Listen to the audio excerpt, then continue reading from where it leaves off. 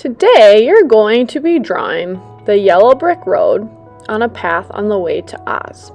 You'll also be using oil pastels and watercolor paints to add color. When you get your oil pastels, you'll need the colors yellow, green, and red. Later, we'll use paint as well. Once you have these set out, you will also need a black Sharpie to draw your lines.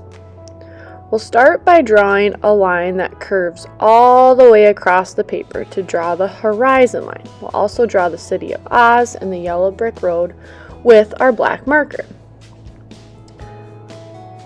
This first curved line will go from one side, curve up, and then back down all the way to the other side. This is a horizontal line that is curved.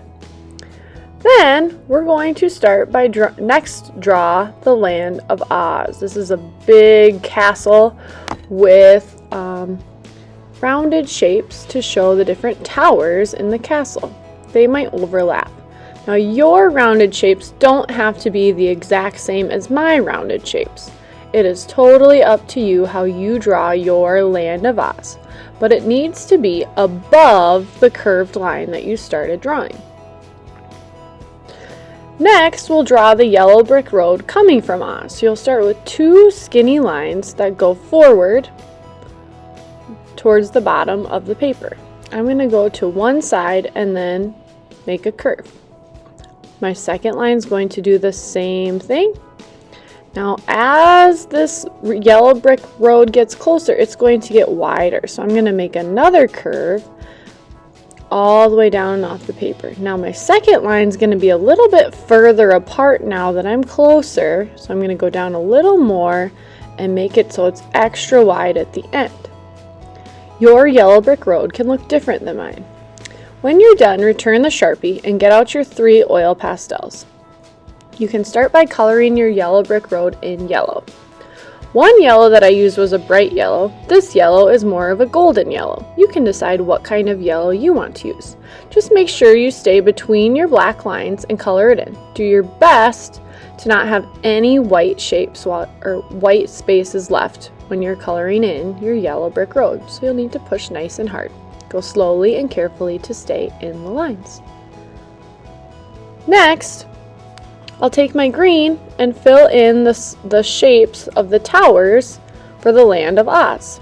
Again, go slowly and carefully. Do your best to stay in the lines and leave no white spaces to use good craftsmanship with your green oil pastel. Again, you could use a light green or a dark green. It is totally up to you. Finally, we're going to use our red oil pastel to make some flower shapes. The flowers towards the bottom of the paper should be bigger. I kind of am making them in rounded shapes, or you can kind of make them look like a star. It's totally up to you. Just make sure that they're colored all the way in and you don't have any white spaces. So I'm going to make some big flowers, and then I'm going to make smaller dots to make smaller flowers using my red oil pastel.